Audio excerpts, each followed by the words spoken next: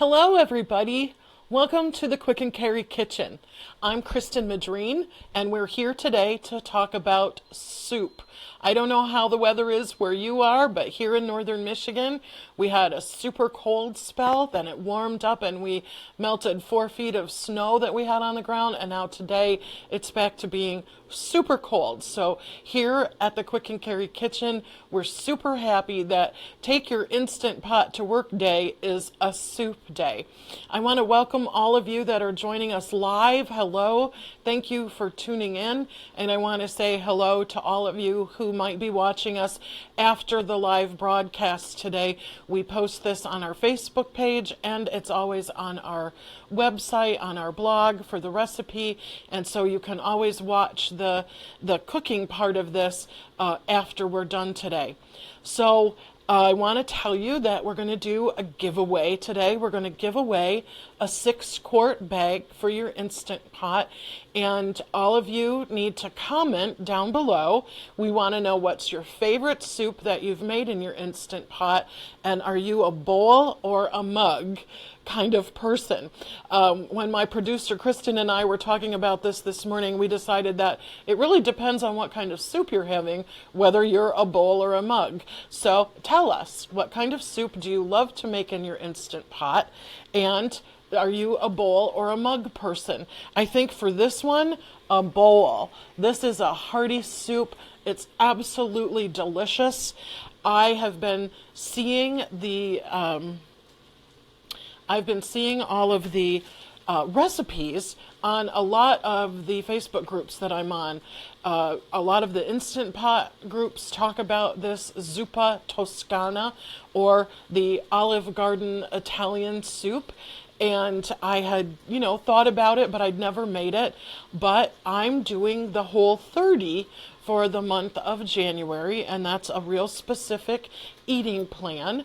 And this is Whole30 compliant. And so I thought this is perfect for those of us who are doing the Whole30 or are eating paleo. This is a great soup. Now, it is a sausage-based soup, and if you want to eat vegan, you can also make this exact recipe that I'm using today, but using a vegetable-based Italian sausage and a vegetable-based stock. So I want you to know you can go vegan or Whole30 or paleo with this wonderful recipe. I want to give a shout out to Wholesomelicious, which is where I got my basic recipe, but I did make some changes so that it was friendly for bringing my Instant Pot to work. So we are experiencing a few technical issues here. Don't give up on us. I'm going to keep going, but we may phase in and out because there's some freezing going on our internet. So let's go over this one more time. We're giving away a 6-quart bag today to one of you who's watching us live. Please comment down below about what kind of soup do you love to make in your Instant Pot, and are you a mug or a bowl kind of person? The Zuppa Italiano or Zuppa Toscano, whatever you want to call it, is a great one for a bowl. So let's talk a little bit about the recipe. Here in the pot, I already have my onions and my sausage all cooked already. And let's talk about garlic for just a minute. I know I've talked about this before, but a couple people have asked me about it, so I want to talk about it again. Adding garlic at the beginning of a recipe will make your garlic burn. And a lot of people don't like that taste. And so I like to add my chopped garlic or my pressed garlic right before, like about a minute before I'm ready to add or deglaze my pan with my liquid. So put your garlic in, give it a good stir, and all you want is for the garlic to become fragrant. You don't want it to burn, you just want it to cook a little bit. So I have 1 diced large yellow onion. I have a pound of Whole30 compliant Italian sausage, which is a chicken sausage today. And I made it at home last night, and it was so delicious this is a good sausage to use, but there are plenty of other sausages that can be used. And if some of you have made this before, I'd love to hear from you, and you can comment down below. I'd love to know what kind of sausages that you have used if you've made the Zuppa Toscana before. Okay, so I've put my garlic in, and now I'm going to deglaze the pan with my chicken stock. And that means I'm just putting a little in, and I'm trying to get all the good bits off the bottom. Boy, does this smell good. And now I'm going to add all the rest of my chicken stock. Okay. Now, because this is an Instant Pot at work kind of recipe, I'm using 1 box of chicken stock, and then I'm adding a cup of water. And that's, the recipe calls for 5 cups of broth, but I didn't want to open another box of it, and it turned out just fine. You can also, of course, use your own homemade stock. Also, we're going to add a teaspoon of dried fennel and 2 teaspoons, or you can use a little bit more. I probably use a little bit more basil than most because I love it so much. So there we go. We're going to put in the dried basil, and I'm going to give that a good stir before I put my spuds in. All right, there's that. Oh, that does smell so yummy. Let's check and see who's here today. Let me know if you're around. So before the show started, I diced 3 large Idaho or russet potatoes, and they can be just a regular size dice, and then those are going to go in. And they do fill it right up. I noticed that when I made this last night at home, the potatoes, really fill it right up, but don't worry about that. It'll all cook perfectly once you put the lid on and get going with the Instant Pot. So I'm not going to actually do this right now, but you're going to want to, after you've put the broth, the water, and the potatoes, along with all of the seasonings in, you're going to want to put it on, you're going to seal and make sure that your toggle is on sealing. Lock your lid on, put the toggle on the correct sealing position, and then you're going to set your Instant Pot for 12 minutes. And that is a great amount of time because it means that you can get this dish quickly made at home or like I'm doing for my colleagues at work today. Well, hello, Jennifer and Dawn and Deborah. I'm so glad that you're with us today. And Dawn said yes to the basil, so you must be a basil person too. I grow a ton of it every summer.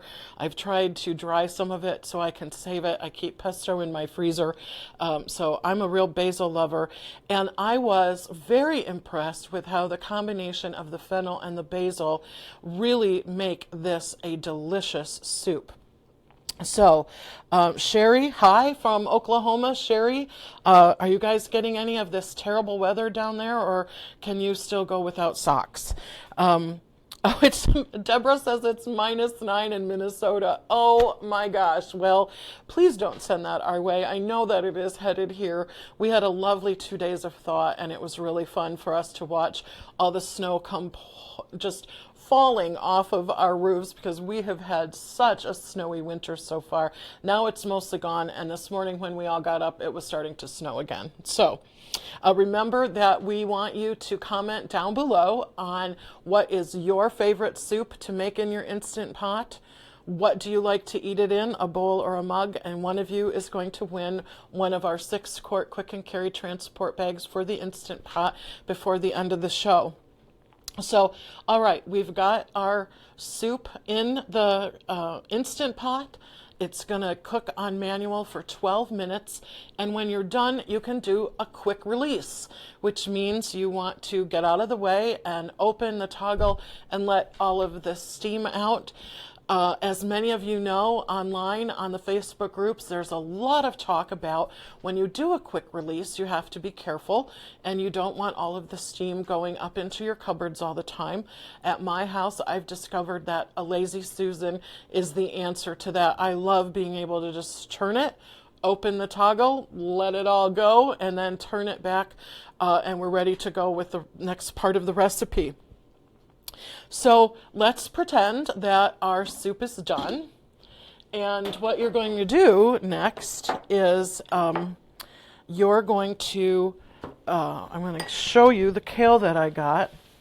This recipe is perfect for really nice leafy kale. I was able to get some beautiful kale, organic kale at Lucky's yesterday. And the thing that I discovered about this is the smaller, the better. So here's how I cut my kale. Here, I'm going to move some of this stuff out of the way, just in case, so you can see it. I keep my kale in a nice bunch. I've washed it. And now I'm going to chop like 3 of them. Set this aside. And then I turn it just a little bit, and I come back and I chop again. And if you don't feel that you're getting it small enough, just turn and do it again. And keep going until you've got a very nice amount of kale.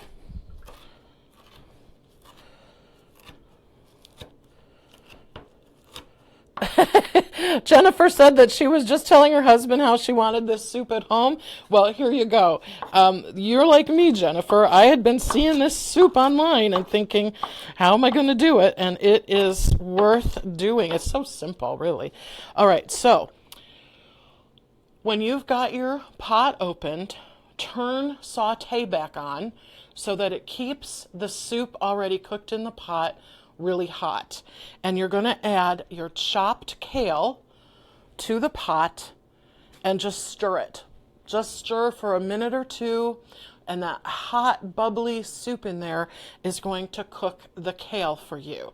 You want it to be a little al dente by the time that it's done. So I turned it on saute high, and then I put my kale in, and probably 2 minutes, maybe 3 minutes, every now and then I just stirred it around and made sure that my kale was getting wilty and done.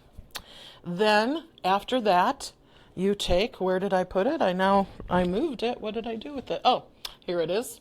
Then you're going to take a can of coconut milk. If you're not following a dairy-free diet, you of course can use whole cream, half and half, whatever you want. But for those of us who are eating Whole30 and avoiding dairy right now, coconut is your friend. And so I use almost a whole one of these. You can determine how you like your soup.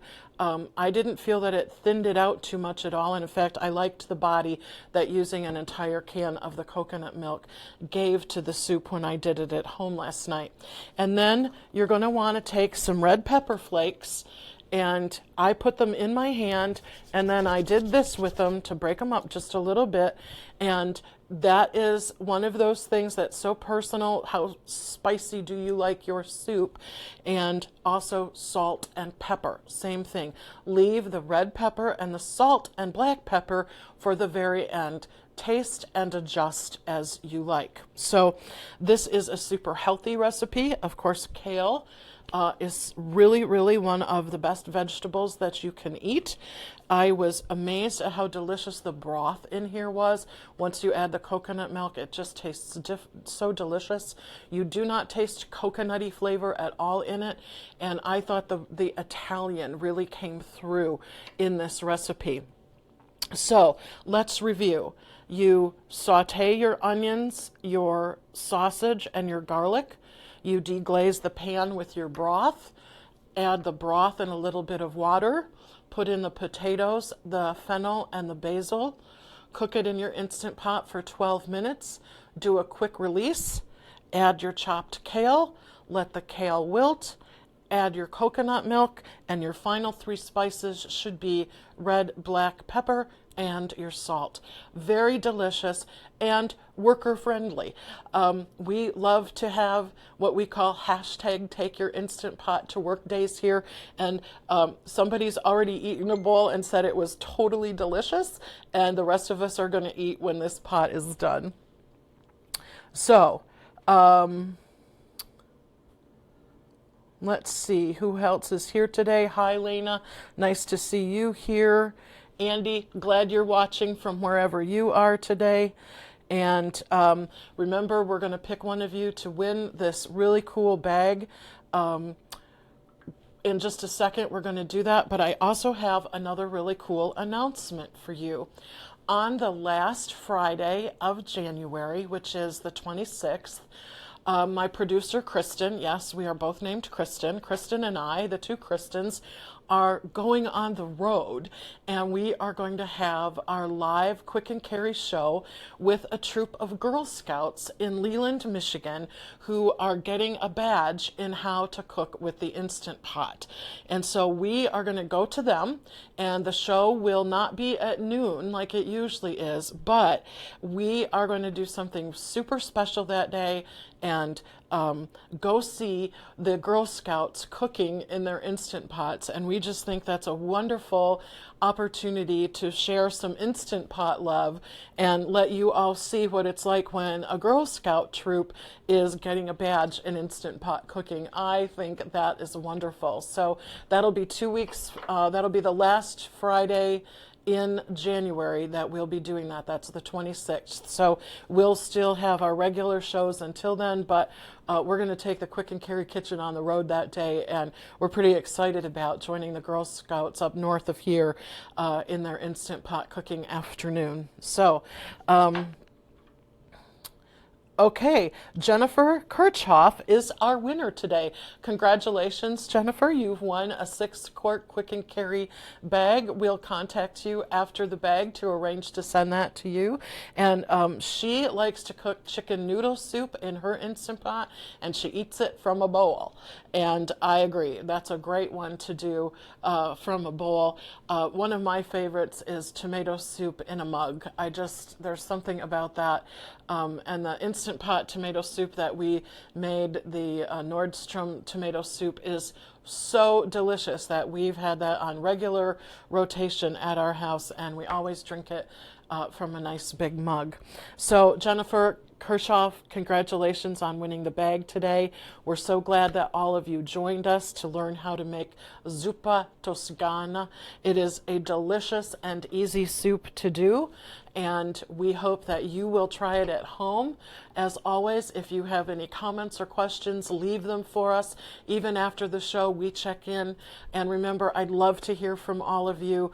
If you've used a different kind of sausage for this than I've used, I'd love to know what it is and what you think of it. So again, from all of us here at the Quick and Carry Kitchen, we're so glad that you tuned in today.